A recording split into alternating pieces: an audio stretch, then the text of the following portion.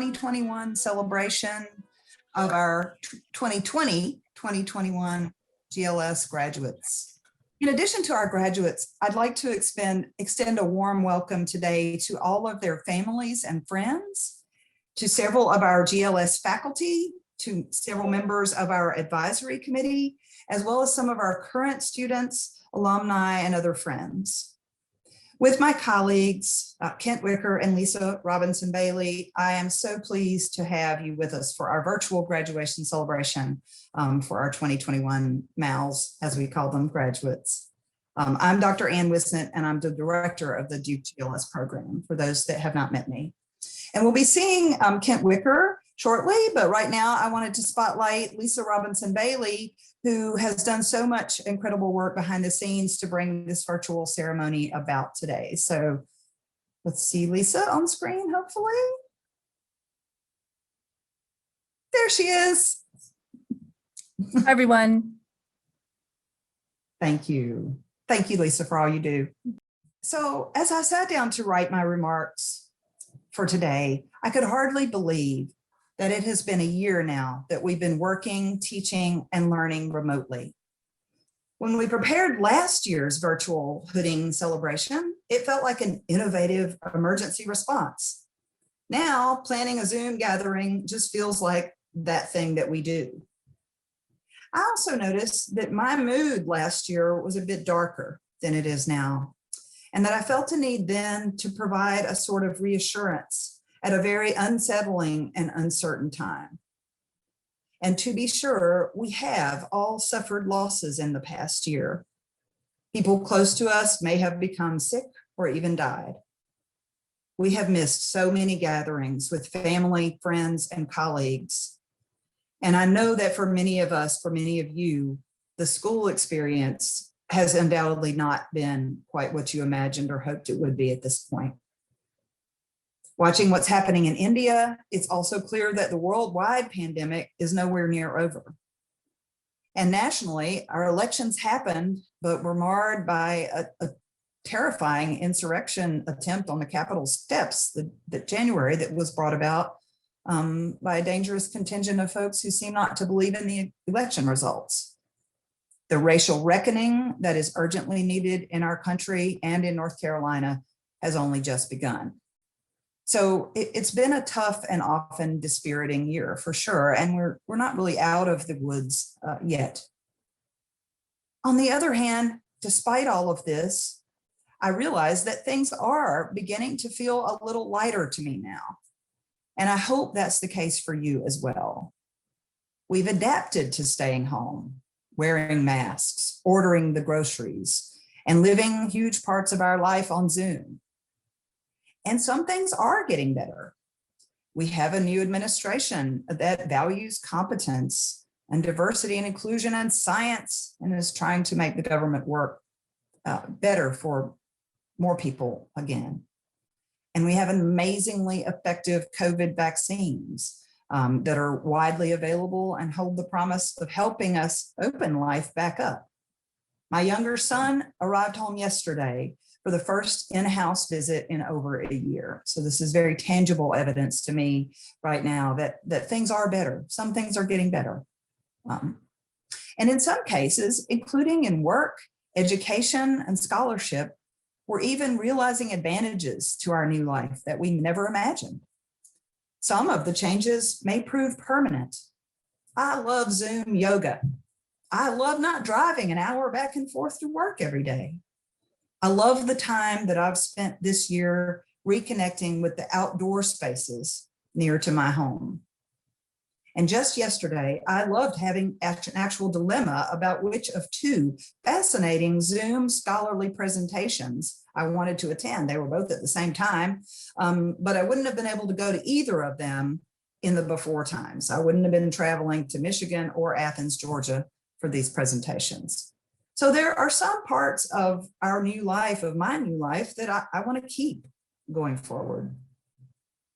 What does any of this have to do with graduate liberal studies? It seems to me that the great promise of liberal arts education is fundamentally a more flexible, agile, and ultimately useful mind. in times like the present, the gift that a GLS education confers may be more evident than ever. How? There are at least 4 things I hope our program has nurtured that you can carry forward into the days, months, and years ahead. First, self-direction. All of you came to GLS because you were comfortable charting your own course of learning. In a time of uncertainty, when everything is new, a confidence in your own ability to find the resources you need to learn what you want to understand can move you from immobility to action. You're not waiting on someone else to show you the way, you are charting the path. Secondly, a comfort with not knowing. Each of you have ventured into classes and fields that you may not have had a lot of background in. And sometimes this may mean that you have spent time in classes with people who knew a whole lot more about whatever the class was about than you did. To succeed, you've had to become okay with that, okay with not knowing all you need to know, but with seeking to learn. We are all in that boat now. Third, a breadth and openness. All of you were admitted to the GLS program because we could see in you an essential openness to the world and an interest in many things. In a time when so many of the things that previously kept us entertained or busy have gone away, you can shift gears and find engagement where you previously may not have looked. Learning begets learning, and a mind open to learning can find interest almost anywhere. And then finally, analytical capacity. Life is confusing right now. It has been for the past year. Misinformation is rampant. Dangerous disinformation is all around. Power and justice struggles are going on all over the world. And we have to be able to sort through it all, to think about what makes sense and what does not, to figure out who and who not to listen to, and to figure out how we want to act. You're used to this. You've struggled with challenging material. You've analyzed how people have behaved and faced challenges in other times and places. You know something about how power works, and you understand something about how research works and how knowledge is created and disseminated. Your thinking muscles are strong, and you're going to need them. So I'll conclude on an upbeat note. I think we're going to make it, and I know you're ready. Together, let's imagine our future and then create it. The break with the past has been unsettling, but may have also provided us an opening. Let's embrace it. Godspeed to all of you. And now, as our custom is every year, we will have a faculty speaker and a student speaker. Our faculty speaker this year is Professor Leo Cheng, Professor of Asian and Middle Eastern Studies and Director of the International Comparative Studies Program in Trinity College. He currently serves on the GLS Advisory Committee and has supervised several GLS master's projects on topics ranging from Chinese settlers in Africa to K-pop. So Professor Leo Cheng. For inviting me to address the 2021 graduating class. I'm deeply humbled and truly honored. Hello, everyone. A heartfelt congratulations to you, especially in this challenging year. You did it. Getting an advanced degree, as we all know, is a collective effort that cannot be done without the financial, intellectual, and emotional support of families, friends, partners, and many others. Everyone here deserves recognition for the graduates' achievements. Please give yourself a pat in the back for a job well done. As you embark onto your next journey in life, I want to leave you with a question at the end of my remarks. In my own work and working with students, I've always found that it is more difficult to come up with good questions than it is to identify easy answers. Not only because the answers will likely depend on the kind of question one asks, but also if one already has the answer, then the journey prompted by the question won't be as interesting or satisfying. Something I'm sure you know well in doing research and writing your capstone thesis. One of my favorite sayings that I like to share with students is by the Italian Marxist thinker, Antonio Gramsci. It goes something like this: pessimism of the intellect, optimism of the will. Pessimism of the intellect, optimism of the will. My understanding is that intellectual work, because we are asking difficult questions and pursuing uncommon, if not controversial ideas, we often investigate the darker side of society, confronting and contesting authority that oftentimes seem to be immovable and deeply entrenched, hence the pessimism.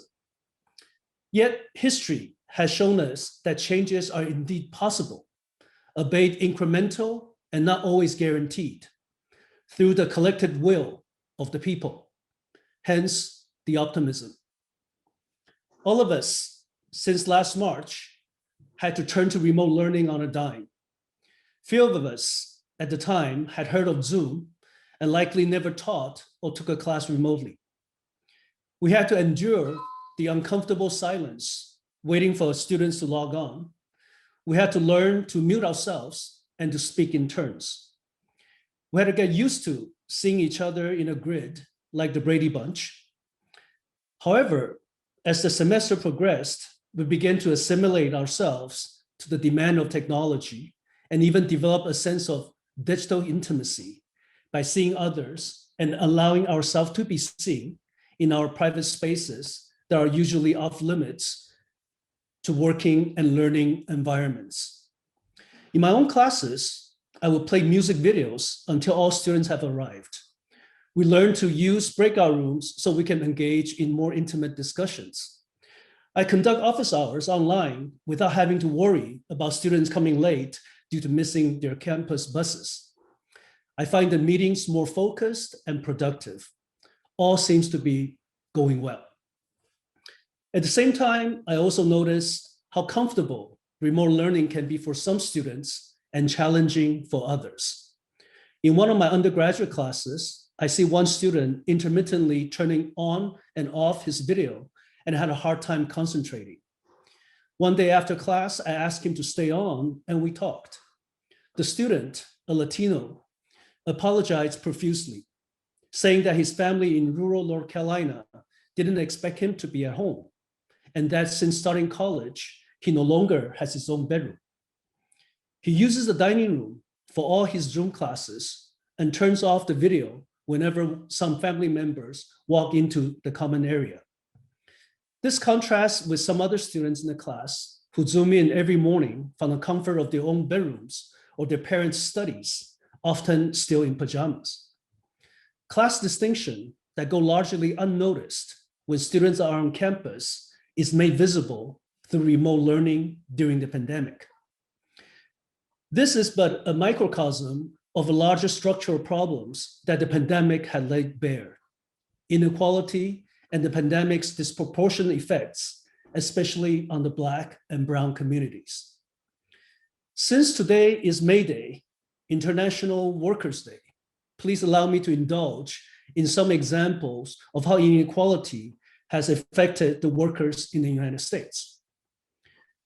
We know that despite the pandemic-inflicted economic downturn, and with millions of people either unemployed or underemployed, CEOs for Boeing, Hilton, Norwegian Cruise Line, industry that were decimated by the pandemic, were rewarded with millions of dollars of raises last year, largely for their performance in reducing labor forces through layoffs and furloughs. American CEOs today make an average 320 times as much as the typical workers. This gap, however, was not the norm. In 1989, some 30 years ago, that ratio was 61-1. From 1978 to 2019, compensation grew 14% for typical workers. It rose 1,167% for CEOs. There are 2,775 billionaires in the world today. Jeff Bezos of Amazon leads the pack with a net worth of $177 billion. I'm not personally against Bezos or people getting rich, but as with the CEO pay gap, it is the sheer scale that is astounding. I often ask my students, do you know what does it mean to have $1 million? The idea for most of us is so abstract that we can't fathom what it's like to have $1 million. To concretize this sheer amount of wealth is to understand something like this. If you spend $100,000 a day, what it costs for a typical undergraduate at Duke to attend a year with room and board and other living expenses, you will need 25 years to be able to spend $1 billion by spending $100,000 a day. I don't know about you, but I think I will run out of things to purchase after a few days. Now that many of us has been vaccinated and North Carolina has relaxed some of the restrictions, and after more than a year of living with the pandemic, people are optimistically talking about returning to quote unquote normalcy. Here is my question for you. How do we return to normalcy when normalcy itself was not normal? When reality is already broken, when return to normalcy is not an option. As graduates of the GLS program, you are more than equipped to address the question I have posed to you. GLS is important because it demonstrates that learning is a lifelong process. But to learn is also to unlearn. To learn something new is easier than to unlearn what we have been inculcated and internalized as normal. The global aspects of GLS also points to how we are ever more integrated with other people, cultures, and communities, and we need to learn to live with each other. But this cosmopolitanism is only possible if we start the painful task of addressing the issue of inequality and racism that sustained our normalcy for far too long. Pessimism of the intellect. It is a difficult task we must learn and unlearn at the same time if we want our world to be inviting and hospitable, not just for us, our children or grandchildren, but for the unborn and the yet to come. Optimism of the will. Thank you for listening, and once again, congratulations and best wishes. Thank you so much, Leo, for those very thoughtful remarks. That gives us a lot to ponder as we move forward. And Gramsci is one of my husband's especially favorite writers and thinkers. So thank you for introducing some of his ideas here. Our student speaker this afternoon is Jennifer Chambers, who 20 years ago earned her undergraduate degree in theater at Duke. Having worked primarily in nonprofit arts organizations in program development and communications, she is now Assistant Vice President of Lifelong Learning in Alumni Engagement and Development at Duke. Her master's project, designated as one of our exemplary projects this year, reinterprets a noted late medieval text, Boccaccio's Decameron, which is about people who escape a pandemic by retreating to a country estate and telling each other stories. Jen Chambers. Okay, I'm going to share my screen here for 1 second. I have to say it's nice to see a completely different set of faces on Zoom for the first time in a few months for me. So nice to see everybody. Some faces new. Welcome to all the family and friends that are joining the call today. So I am no stranger to public speaking. I've spent nearly 20 years training to be on stage, talking to an audience. And with my job, I do it fairly regularly. So when Kent and Anne invited me to represent our graduating class this year, I thought, hey, I've been doing this, talking to hundreds of people via Zoom all semester, so no problem, sweat. But then I sat down to write. Around topics and themes we were exploring for class. I usually have a sense of what points I want to make, but this was just harder. It was more difficult. trying to come up with something that encapsulates our collective experiences in less than 10 minutes, something that reflects the times before the pandemic and how we feel now, to share some parting words that will put the cherry on top of our educational Sunday. I started and stopped several times. I came up with what felt like a good idea and abandoned it halfway through. I read something inspiring, would jot it down on a Post-it note, try to weave it together, and then fail to hit the mark. Frustrated, I started researching graduation speeches for inspiration. I rewatched inspiring talks on TED, looking for what made the great ones great and memorable. And I Googled writing a graduation speech, which resulted in the oh-so-helpful list of top tips with even a few suggestions for those addressing audiences virtually as I am today. There were suggestions for so many different ages and stages, including preschool. I read through these tips and listened to those speeches. What I realized is that the messages and helpful suggestions felt a little out of touch with how I was feeling, how I think a lot of us are feeling. Little about the last year was normal. I don't think any of us thought when we began this program that we would be graduating from our bedrooms, living rooms, front porches, or kitchen tables today. So while the tips gave me food for thought, this year has been about doing what you need to make it work. Because for a lot of us, the how-tos, the must-haves, the things we have in the past felt obliged to do have gone out the window. So while I'm using the list of tips, it won't be quite as they recommended.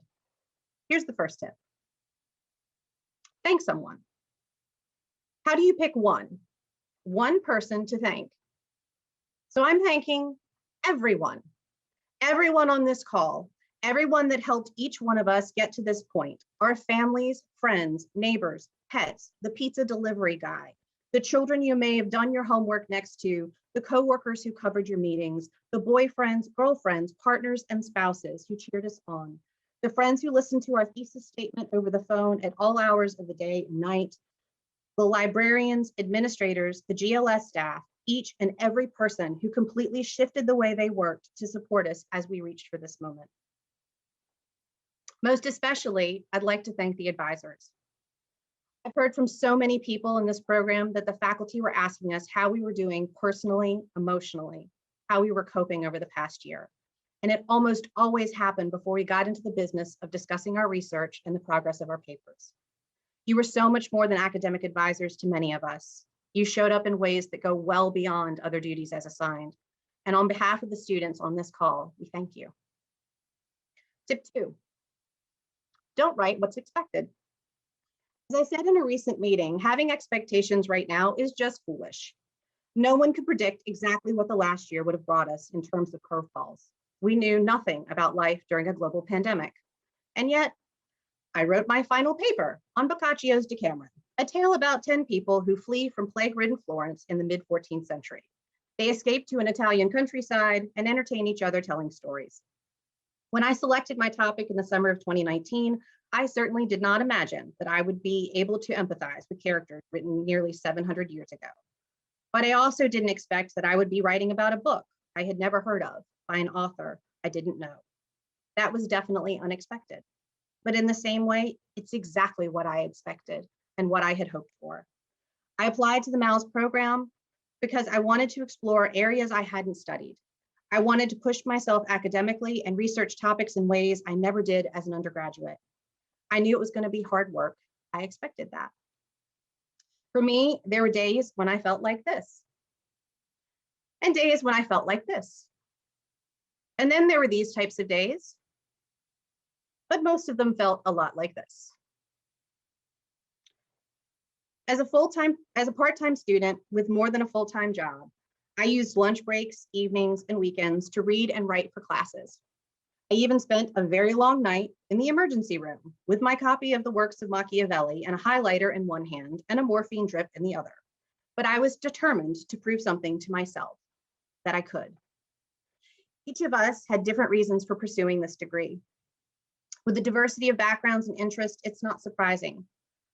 But I also think the difference is what we appreciate as well. I don't think I can say that any one of the MALS students reminds me of another.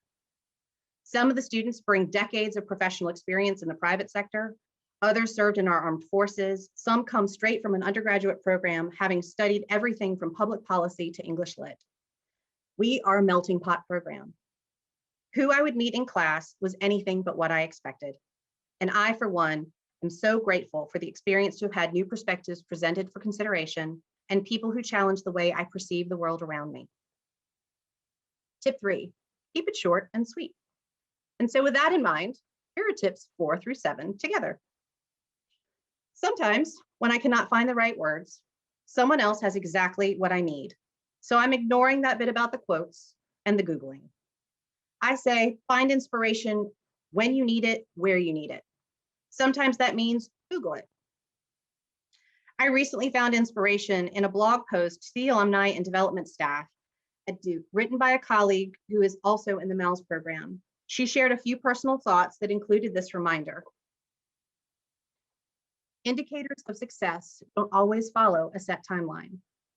As I am completing my master's degree exactly 20 years after finishing my undergraduate one, this notion of timelines is one I've thought about in big ways and in smaller ones, setting milestones for myself within the program. I was really trying to graduate last fall. I started the program in 2017 and wanted to get done in 4 years.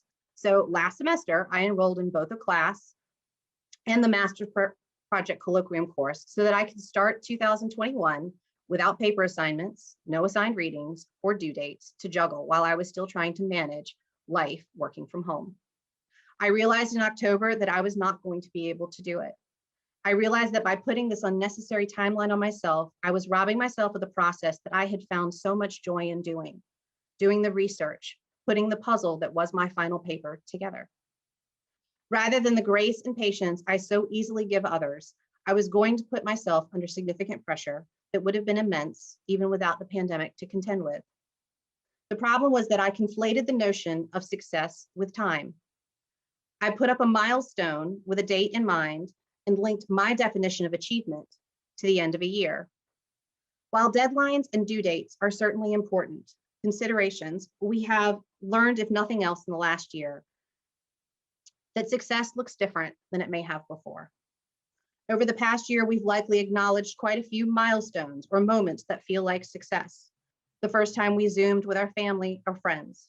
The first time we found toilet paper in the grocery store or Clorox wipes. The first trip we took, the first dose of the vaccine, and for some of us, the second.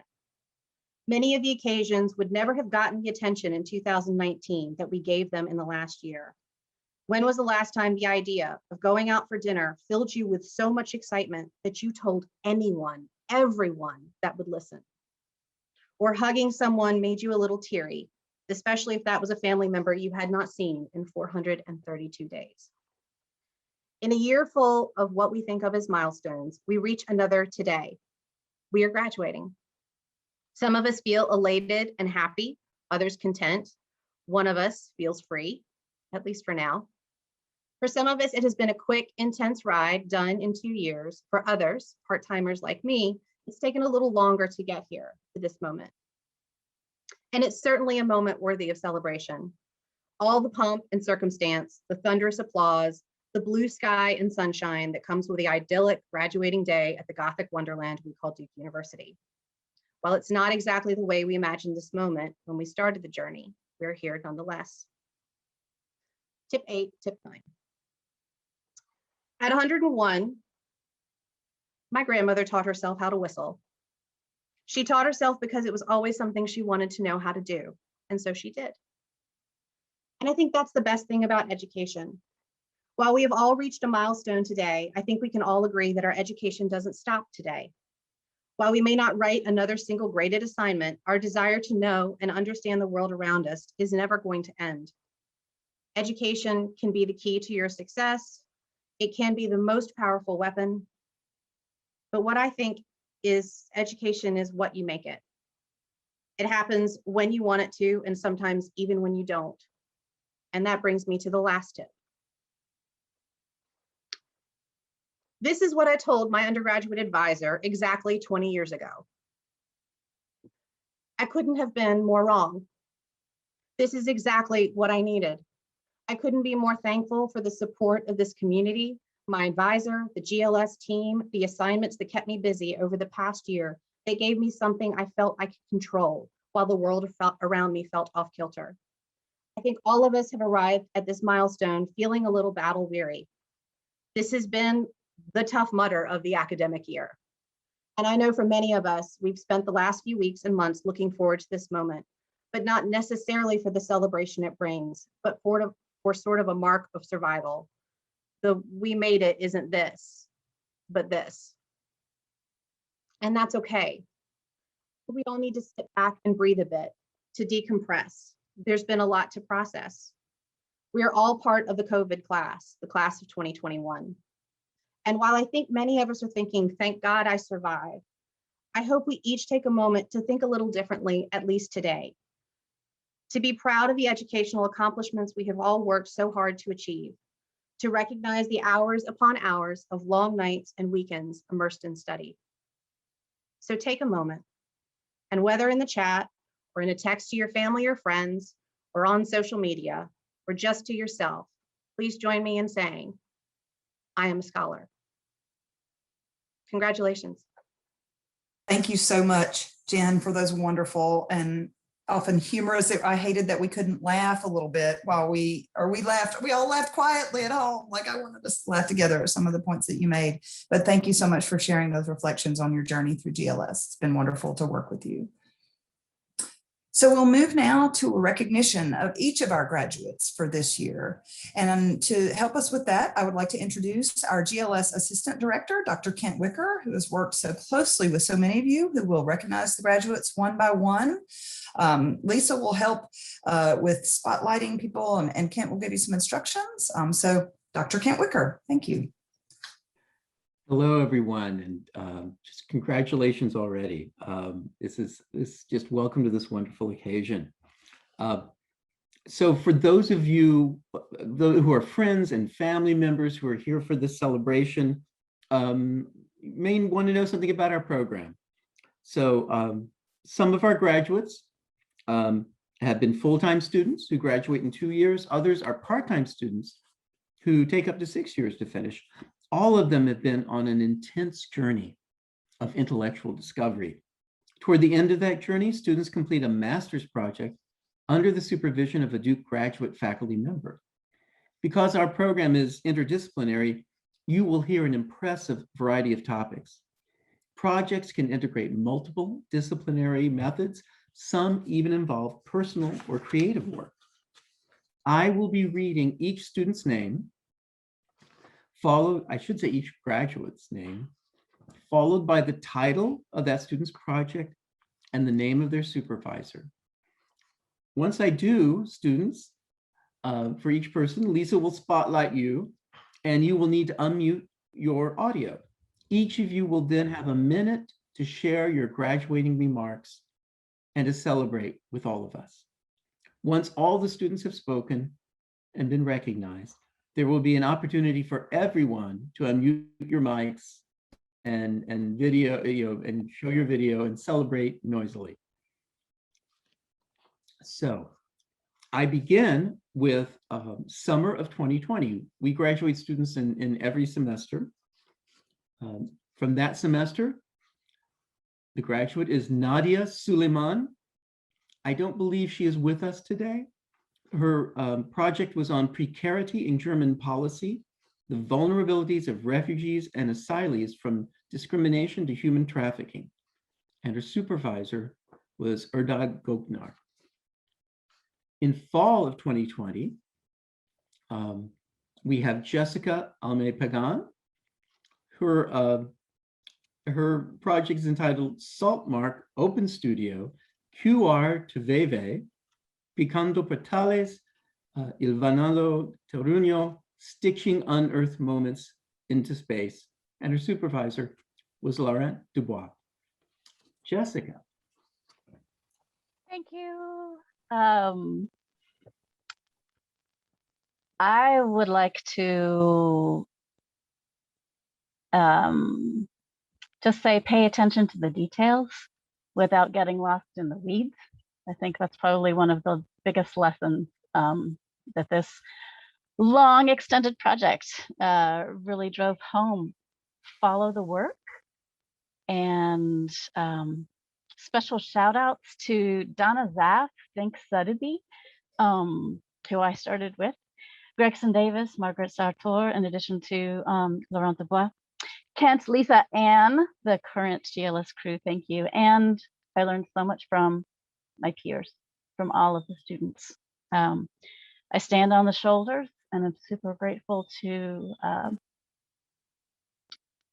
everyone who is here and who has moved on to other realms. Thank you. Thank you, Jessica. Our next graduate is Janet Butcher Shaw. Her project was entitled Every 3 Hours, The Walk to Independence, and her supervisor was Susan Thorne. Janet. Yeah, thank you. I'm just going to make 4 statements. I call this because of Duke, I was able to. And before I get into those statements, I have massive thanks to my husband who listened to a lot of whining over the last 4 years. Because of Duke, I was able to participate in discussions and study with students of all ages, ethnicities, spiritual backgrounds, and various countries. Invaluable. Because of Duke, I was able to study at Oxford, which had been a 30-year dream of mine, and we finally made it happen. Because of Duke, I had a faculty member guide me to an editor. My master's project has gone through 2 massive edits to make it more perhaps amenable to the general public, and we'll see where we go with that. But I spent 6 months working on that. And because of Duke, it has unleashed a desire in me to keep learning. This old lady here won't spend the next 30 years on the front porch unless it's the front porch of the Mouse building. And thank you to all you fellow students and the professors, because you've inspired me more times than I can tell you. So thank you. Thank you, Janet. Our next graduate is Lin Lee.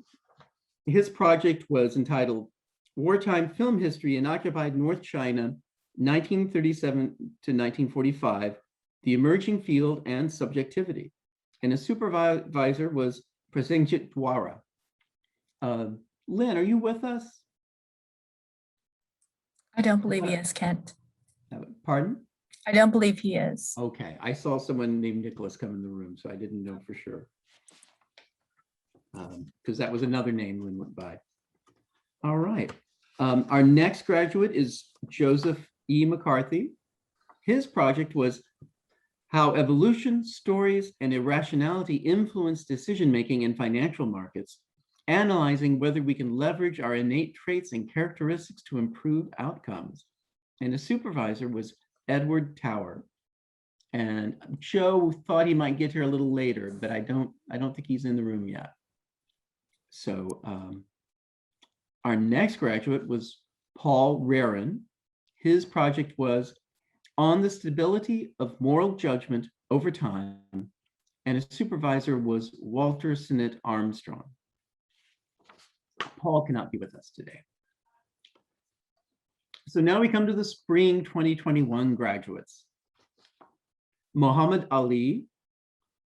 His project was Russian Literary Conflicts over the Nihilist Novel, 1861 to 1881, and his supervisor was Martin Miller. And I don't believe Muhammad is with us today. Hong Yu An, an analysis of shaping female characters in films directed by mainland Chinese, Taiwanese, and Chinese diasporic female directors. Her supervisor is Carlos Rojas. Hongju, would you like to say a few words? Yeah, sure. I'll just keep it short. So the past 2 years have been a wonderful journey to me, and thank you, Kent and Lisa and Dink. And I'll be flying back to China next week, and I can't wait to see my family and friends. Thank you. Thank you, Hongju. Next, Dolores Araguian Carey.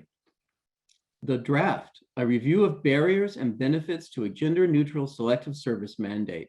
And her supervisor was Amy Laura Hall. Dee. Hey, good afternoon. Congratulations, Mal's class of 2020 and 2021. I want to acknowledge and thank my husband, Mark, for his never-ending love and support of my dreams. My children, Catlin and Mark, for their love. They endured my craziness. To my family and friends who are here and far away, thank you for your continuous encouragement. To the Duke GLS staff and professors, they are all wonderful and experts in their fields. A special thank you to Dr. Lentrigia. I took a lot of his classes and he taught me to love poetry and film, especially Fellini. Dr. Shah, he made science less evil. Dr. Wicker, he made me a better writer. And Dr. Hall, who never gave up on me. She jogged the road with me. Again, thank you to everyone who with me followed my long journey at Duke. I'll end with a haiku. Joy, acceptance, day. Nights long, write, write, write once more. Blue devil, thrill, rise. Salud, dinero y amor.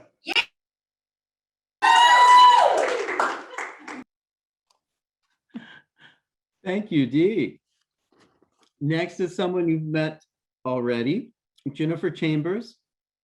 Who's Chasing Who? An exploration of relationships among the Brigata in Boccaccio's Decameron. Supervisor, Martin Eisner. Jen. I think everybody's heard a lot from me already today. The one group that I wanted to recognize, though, were the other students that I've had the opportunity to meet in the program. It's been, fascinating to hear everybody's backgrounds, the different opinions that that make us all better students, that make us better humans, to get a chance to sort of understand where everybody's coming from, and an opportunity sometimes where we may not agree on a subject, but to have empathy and to figure out the way people see the world is important as part of our learning process. So thank you for that. But also, I think what I have really enjoyed over the course of the last year too is how much encouragement we have given each other for all of the things we were trying to do. There was a point where I was really stuck and I couldn't get that next page written. And someone just sent me an email and said, "You got it. Don't worry about it. Quit putting the pressure on." And I think that's really what I have enjoyed most in the year and was completely unexpected, was to have those sort of unsolicited moments of support from a lot of people that are on this call. So congratulations to everybody and thank you.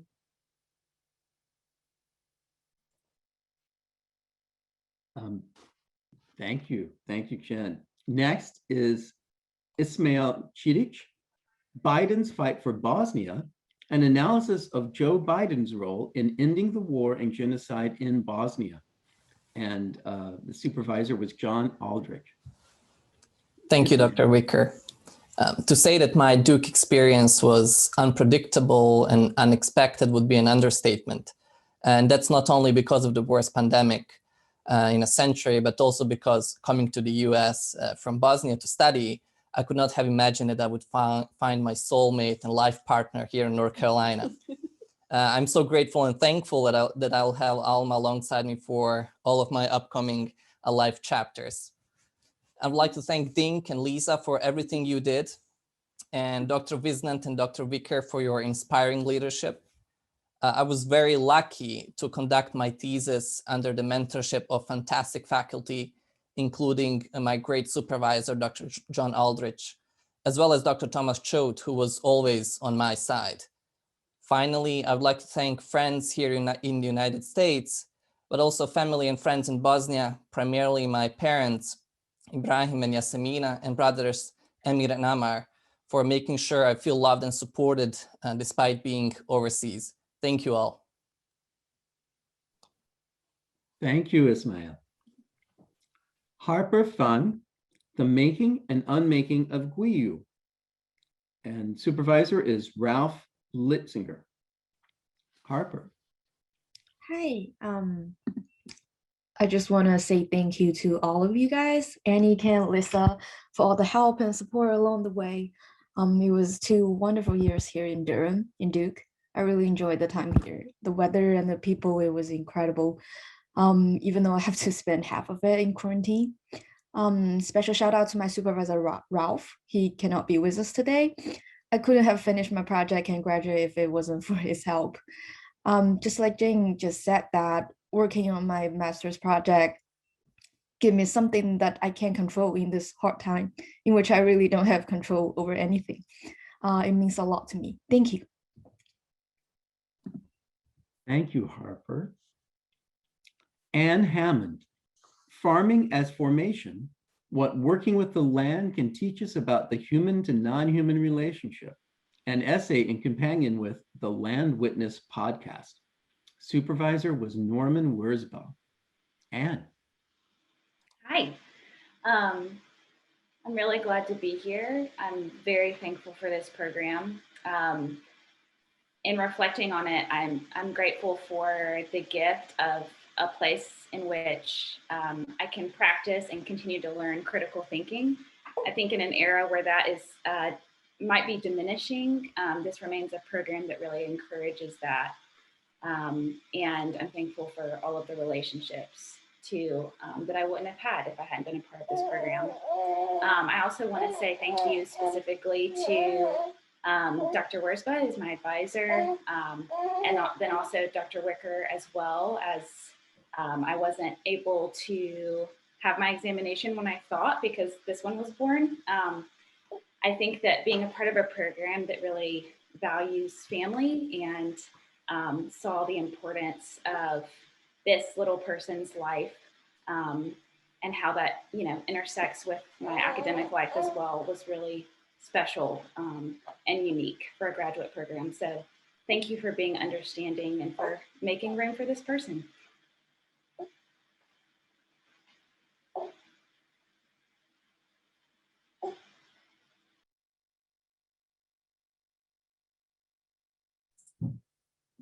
Kent, you're muted. Thank you. Suiyuan Jin, The World of Eurydice, Supervisor Bill Fick. Thank you, Doctor. Yeah, the 2 years in GLS is really an amazing journey, and it really helps me to gain ability and build confidence in pursuing my further artistic and academic endeavors. And I'm deeply grateful to Professor Fick for his indispensable insight and guidance. And many thanks to the people of Duke Graduate Liberal Studies, especially Dr. Kent Wicker, for all your patience and help and support. Yeah, thank you so much. Thank you, Suiyuan.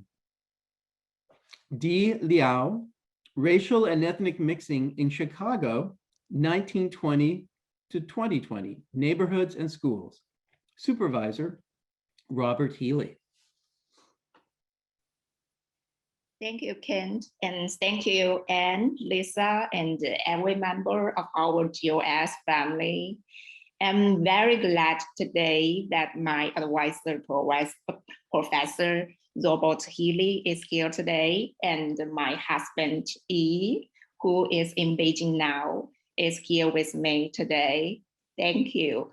I still remember that in our first semester in Kent's class, The Self in the World, I asked how to get new ideas in our study and research, because getting new ideas is so hard. And Olivia said, new connections make new ideas. After 2 years study, I found that I learned how to make new connections, and I started to connect the dots. That's liberal studies. Thank you and congratulations. All right, thank you, Dee. Next is Qianyu Liu, we know her as Thea, Swaying Between Grace and Pomposity, The Imagined Modernity of Sun Meiling. Supervisor, Prasenjit Dwara. Thea. Thank you, Kent. First, my gratefulness to my teacher, Prasenjit Duara, who patiently guided me through the hardest times, witnessed my personal and academic development. Also, Professor Nicole Barnes and Annie, Susan Thorne, and Deborah, and also Kent. Thank you for you all gave me enormous help at various stages of my study, and also my family in China who have supported me unconditionally, and my partner Shen Ho, whose presence seemed to give me the motive to become a better person every day. Also my friends, I'm really appreciate I met you all here, and my appreciation for all the wholesome people I encountered at Duke is countless. I feel endlessly grateful to my times at Duke. Thank you. Thank you, Thea. Olivia G. Merrily, The Emperor's Two Bodies, Supervisor Mary Boatwright. Olivia. Hello, I'm here. Hello, everybody. I'm very happy to be here and to see my friend that together with me accomplished this nice path. And well, may I share a little memory that to me is important. When I came here 2 years ago, I got out for a long run as usual in my life. And I saw written on a pillar of a bridge this phrase: all things are difficult before they are easy. So, you know, I kept this phrase like a kind of mantra, and it helped me to do my best in a difficult moment, because I think we passed through the strangest year at Duke because the pandemic. And echoing Antonio Gramsci, nicely quoted by Professor Leo Chin before, it helped me to keep the optimism of the will, and that is a huge teaching to me. So thank you for everything, and to everybody, especially my supervisor, Professor Tolly Boatwright, that she's here. I'm very happy to see her, and all my professors that I met during my path. And let me thank you, my partner John, and let me thank you, my relative that they are connected today, my brother and sister, my mother, and above all, my 4 wonderful children that they are connected to participate to this moment. Maria Giulia from London. Ciao, Giugi. Benedetta from Barcelona. Un bacione, Benny. And my 2 wonderful sons, Alessandro and Pietro, connected from Milan. I love you. Thank you, everybody. Thank you, Olivia. Thank you. Leonora Minai, Fatal Automobile Crashes in North Carolina, a historical and present-day portrait of grief. Supervisor Ann Mitchell-Wisner. Hi, everyone. Hi, thanks, Dr. Kent. Hi, everyone. Thanks for listening in and being here. Sorry to bring the room down with my topic, but it was an incredibly, as Dr. Kent said, it was an intense experience for me over the last, I started the program in 2016 and got IRB approval to interview family members in North Carolina who lost loved ones in automobile crashes. They are on my mind today, to be honest. If it wasn't for them, this work wouldn't have been completed. I want to thank Dr. Ann for her support as I wrote a 188-page thesis during a pandemic as a full-time employee at Duke. And also want to thank my wife here, Heather, for her patience through my eternal perfectionism. And just a note, I just want to make a quick comment on each of the 4 areas that Dr. Ann pointed out at the beginning of the ceremony today. She mentioned self-direction, charting our own course. For me, that was amazing, the program. In Dr. Kent's class, I learned about French writer George Sand. In Dr. Brothers' class, I learned about the history of music and actually bought a record player. Dr. Miller's class opened my eyes to the history of violence and terrorism. And in Dr. Hall's class, I don't think I had ever read a dystopian novel, and I did with her many. So that was incredibly eye-opening. And Anne mentioned also the comfort with not knowing. For me, that was especially difficult just because I like knowing everything and a plan for everything. And so every paper was a roller coaster ride, but I made it through, and it really stretched me. And I appreciate the opportunity to learn in that regard. Openness to learning and interest in many things. I had a list of 7 topics and ultimately came back to the traffic crashes because 36,000 people in America die every day on the roads, and it's sort of disregarded, and a light needs to be shined on that. Analytical capacity, I had to sort through tons of materials and decide what was important from a historical perspective, what to keep in and what not to. And so I learned a lot throughout the entire program with that. And finally, imagining the future and creating it. I hope this leads to other great things. I'm actually sad that the journey's over, but I'm grateful as well. And I just want to thank the program and my family and friends and Heather and all of you. Thanks so much for this opportunity. Thank you, Leonora. Han Shui Wan, Deconstructing Maoist Myth, Yan Liang Ke's Mythorealism in the Passage of Time and Lenin's Kisses. Supervisor, Eileen Chow. Annie.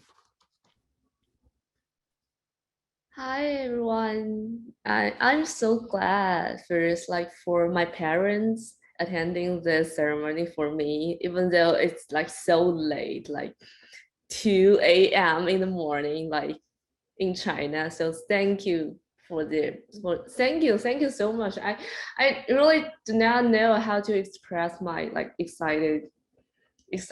Like, yeah, thank you for them attending this ceremony for me. And yeah, the past 2 years is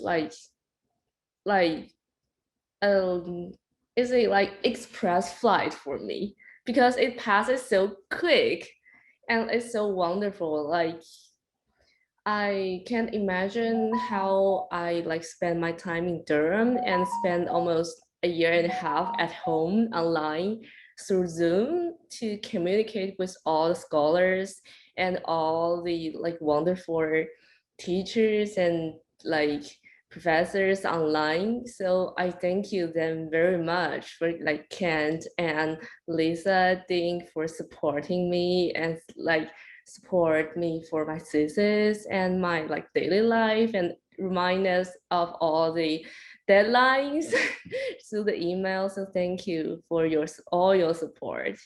And I really want to like keep connecting with all of you even after graduate and share more ideas with all of you. Thank you. Thank you, Annie. Next graduate is Sheridan Wilbur. Her project was Pursuit of Faith, Navigating Ethics and Self-Referential Documentary, a family documentary film and an analytical essay on ethics. Her supervisor was Wesley Hogan. Sheridan. Thank you, Ken. Hi, everyone. I just want to say thank you so much for the opportunity to study here. The past 2 years were a bit of a whirlwind, and I'm really grateful for everyone at the GLS House to sort of dial me back and have so much patience with my mindset to do it as quickly as I can, because I really was able to learn so much and meet so many amazing people in my classes that challenged me to think differently and apply that critical thinking and analytical mindset to a lot of aspects of my life. And especially thank you to Ken and my advisor, Wesley. I could not have finished this project without your guidance. And lastly, my family, because you really helped bring us together through this project. Thank you again, everyone. This feels a bit strange. I didn't expect the end of my education at Duke to be like this, but I'm really grateful for everyone today. And yeah, congrats to all the graduates. All right, back to Anne. And let's have a really loud round of applause for our wonderful graduates for this year.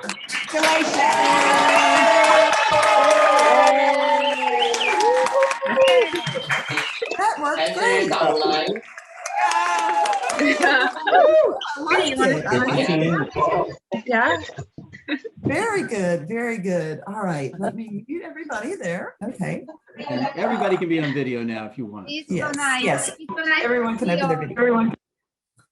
Thank you all for joining in with us today. And again, congratulations to all of our graduates. I would like to invite you to visit the special graduation website that Lisa has created, where a recording of this celebration will be posted soon in case there are folks that were not able to join us today.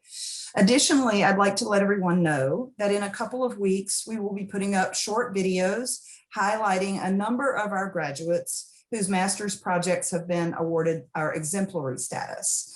These are ones that are especially ones we like to hold up, although everyone has done wonderful work as real models of our interdisciplinary scholarship. So watch our graduation website to learn more about our students' interesting and varied work. There will also be a special virtual porch sitting. For those who follow us normally in the GLS community, you know that I'm hosting porch sitting virtually on Thursday evenings. At some point, we will return to the actual porch at the GLS house, but we're having virtual porch sitting on Thursday evenings. And on Thursday, May 13th, from 5 to 6, we'll have remarks by our exemplary master's project recipients about their work. This will just be short and kind of conversational, and everyone that's here on the call today will receive an invitation to that and a link to join us that evening. So we hope that you will. For now, thank you again for coming. Congratulations, graduates. Thank you for your thoughtful remarks today. It touched me to hear you talk about what the program has meant. I know we have a special place at Duke and a special niche in education. And we look forward to keeping you all involved in the GLS community that is now over 900 alumni over all the years going forward. For now, we wish you a happy day, a good afternoon, and thank you again all for coming out this afternoon. So, goodbye, and thank you for joining us. All right, congratulations, everyone. Congrats. Thank you. Good to see you all. Congratulations. Thanks. Yeah, feel free to unmute and chat and say whatever. Bye. Goodbye, Thank all. you. Bye. Love you. Bye-bye. Bye.